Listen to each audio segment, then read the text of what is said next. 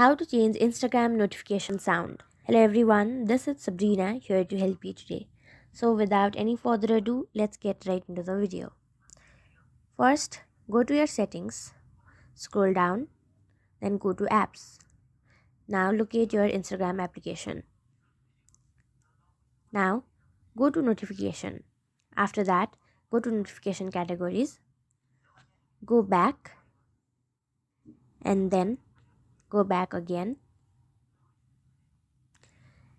and then go to sound and vibration. Then go to scroll down and then go to separate app sound. Now go to app, go to add apps.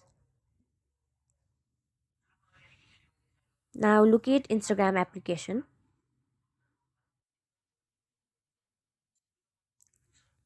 and then after adding go back and then now your separate notification will be in your Instagram application.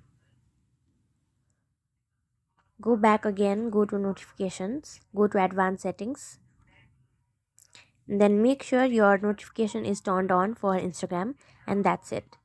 So thank you for watching this video. Make sure to like, share and subscribe to our YouTube channel.